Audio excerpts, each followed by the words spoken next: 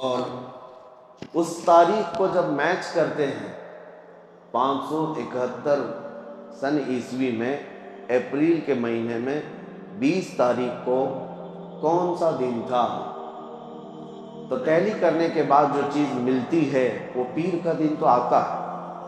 تو بعض روایات میں 8 ربیع الاول میچ ہو رہی ہے، بعض روایات میں 12 ربیع الاول۔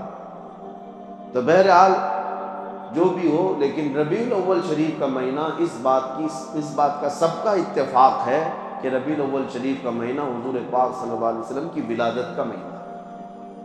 اور پوری دنیا بھر میں جو عقیدت کے اعتبار سے ہم حضور کی ولادت کا دن مناتے ہیں وہ 12 ربیع الاول شریف۔ اسی طرح آپ سمجھ لیں شب قدر، ابھی آپ سے پوچھیں تو کب ہے؟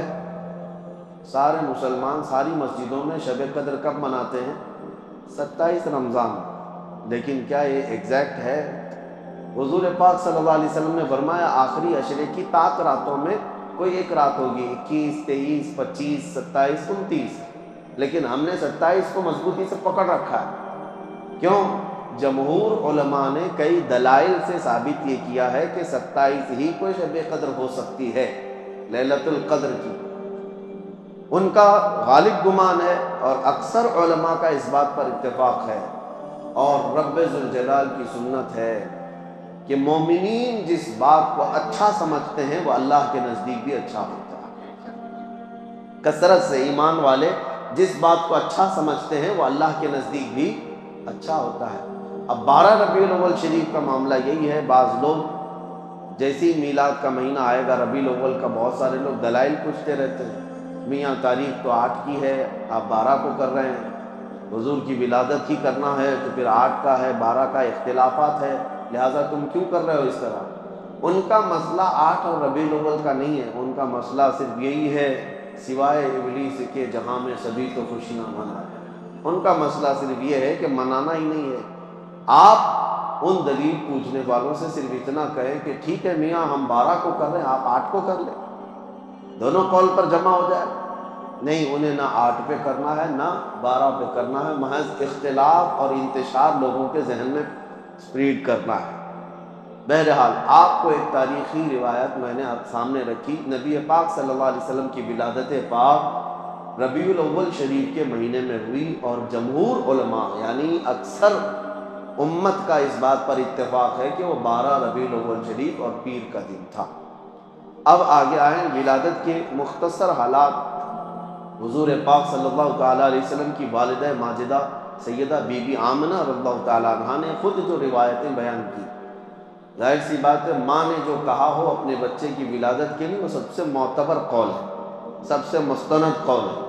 انہوں نے خود فرمایا کہ رجب کے مہینے میں حمل قرار پایا تھا، جمعہ کا دن تھا، نبی پاک صلی اللہ تعالیٰ علیہ وسلم کے حمل کو رجب کے مہینے میں قرار پایا، جمعہ کا دن تھا۔ یہ حضرت آمنہ رضی اللہ تعالیٰ عنہ کی روایات ہے، اور فرماتی حمل کے قرار پانے کے بعد کبھی بھی حضرت بی بی آمنہ فرماتی ہیں مجھے حمل کے جو درد ہوتے ہیں کبھی نہیں ہوئے، جو عام عورتوں کو ہوتے ہیں کہ کبھی پیر بوجھل ہو گئے، سر چکرانے لگ گیا، جسم بھاری ہونے لگ گیا، اس طرح کی کوئی تکلیف حضرت آمنہ فرماتی ہیں 9 مہینوں میں کبھی نہیں۔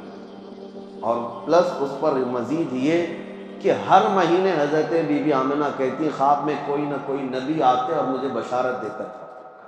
کبھی حضرت موسیٰ علیہ السلام تشریف لائے، کبھی ابراہیم علیہ السلام تشریف لائے، اور پھر یہاں تک کہ سفر کا مہینہ ہوا تو جبرائیل امین علیہ السلام کی آوازیں انہوں نے سنی کہ کہہ رہے تھے کہ اے فرشتوں صف بسپا کھڑے ہو جاؤ، اللہ کا محبوب آنے والا ہے۔ حضرت بی بی آمنہ فرماتی ربیع الاول شریف کا مہینہ ہوا تو میرے گھر پر ہمیشہ کچھ گنگنانے کی آوازیں آتی، یہ وہ حوران جنت تھیں جو حضور پاک صلی اللہ علیہ وسلم کی آمد پر خوشیاں منا رہی تھیں۔ اور پھر حضرت بی بی آمنہ رضی اللہ تعالیٰ عنہ فرماتی ہیں ولادت کا دن تھا، یعنی 12 ربیع الاول شریف، اس سے ایک دن پہلے وہ کہتی ہیں اچانک میری پیشانی میں ایک درد سا ہوا، یعنی ایک جھٹکا سا ہوا، اور پھر ایک نور ظاہر ہوا، ایک روشنی نکلی، اور وہ روشنی اتنی تیز آگے بڑھتی گئی۔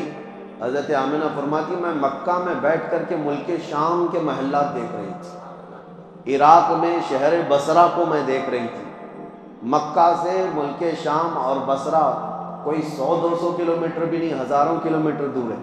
اور حضرت آمنہ فرماتی ہے میں وہاں تک کے حالات کو اپنی آنکھوں سے مکہ میں بیٹھ کر دیکھ رہی تھی۔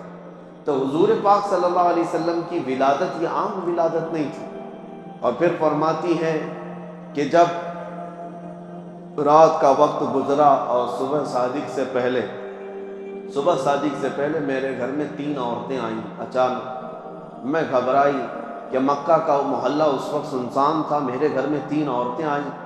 میں نے ان سے پوچھا کہ آپ کون ہو؟ تو ان میں سے ایک خاتون نے کہا میں بی بی آسیہ ہوں، اور ایک نے کہا میں بی بی مریم ہوں، اور ایک نے کہا میں حوا ہوں۔ یہ 3 مقدس مائیں پوری کائنات کی جو سب سے زیادہ پاکیزہ خواتین میں شمار کی جاتی ہیں، اور وہ بشارت دیتی ہوئی آئیں کہ ہم تمہارے بیٹے کی دایا بن کر کے آئیں۔ پھر نبی پاک صلی اللہ تعالیٰ علیہ وسلم کی ولادت پاک ہوئی۔ حضرت بی بی آمنہ فرماتی اچانک کمرے میں ایک تیز روشنی بجلی جیسی چمکی، اور پھر حضور پاک صلی اللہ تعالیٰ علیہ وسلم ظاہر ہوئے، اور اس حالت میں ظاہر ہوئے کہ غسل دیے ہوئے تھے۔ کوئی دنیا میں بچہ اس طرح نہیں آتا، لیکن حضور پاک صلی اللہ علیہ وسلم غسل دیے ہوئے تھے، اور کسی نے حضور پاک کے جسم کو نہیں دیکھا۔ حضرت بی بی آمنہ فرماتی وہ سجدے کے عالم میں تھے، اور تیز خوشبو پورے کمرے میں مہک رہی تھی۔ اور اس کے بعد حضرت بی بی آمنہ فرماتی ہے میں نے اپنے بیٹے کے چہرے پر نظر ڈالی تو دیکھا سرما بھی لگایا ہوا ہے اور عطر میں بھی معطر ہے۔ اور اچانک پھر 3 لوگ میرے گھر کے اندر داخل ہوئے۔ آتے ہی میں ان کو نہیں پہچانتی تھی، وہ 3 اللہ کے فرشتے تھے۔ انہوں نے حضور پاک صلی اللہ علیہ وسلم کو اٹھایا، اور ایک بہت بڑی تشت، ایک بہت بڑی تھال وہ اپنے ساتھ لائے تھے۔ اس تشت پر، اس تھال پر حضور پاک صلی اللہ علیہ وسلم کو رکھا۔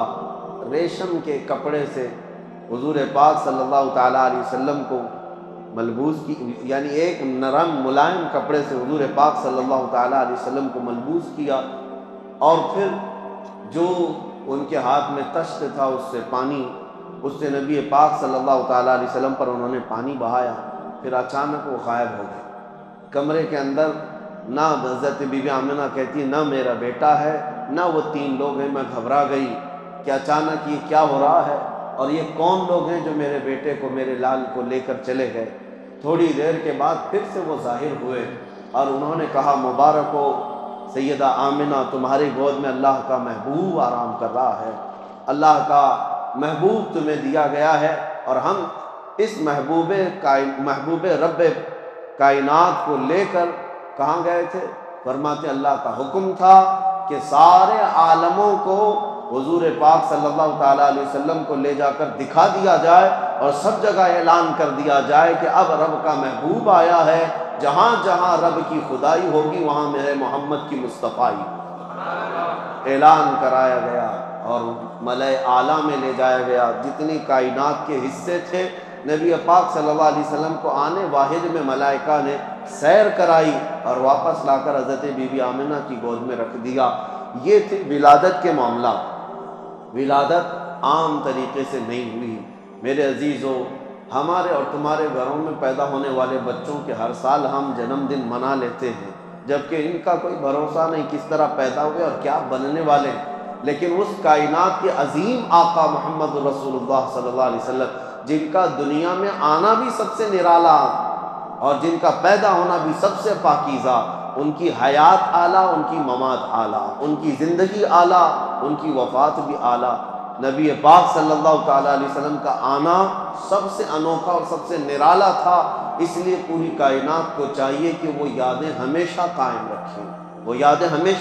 رکھیں۔ یہ حضور صلی اللہ علیہ وسلم کی سیرت کا باب ہے۔ بچوں کو بھی یہ ٹرانسفر کرنا ضروری ہے، یہ نقل کرنا ضروری ہے کہ حضور پاک صلی اللہ علیہ وسلم کس طرح پیدا ہوئے تھے۔ ادھر ادھر کی کہانیاں سنانے سے بہتر ہے کہ میرے مصطفیٰ کی سیرت بچوں میں منتقل کی جائے۔ اللہ کریم نبی پاک صلی اللہ تعالیٰ علیہ وسلم کی سیرت پاک کے سچے گوشوں پر ہمیں عمل کی توفیق نصیب فرمائے، اور ہمارے سینوں کو رب تعالیٰ حضور کی سیرت سے جگمگائے اور روشن و تابناک فرمائے۔ وآخر دعوانا الحمد للہ رب العالمین۔ السلام علیکم۔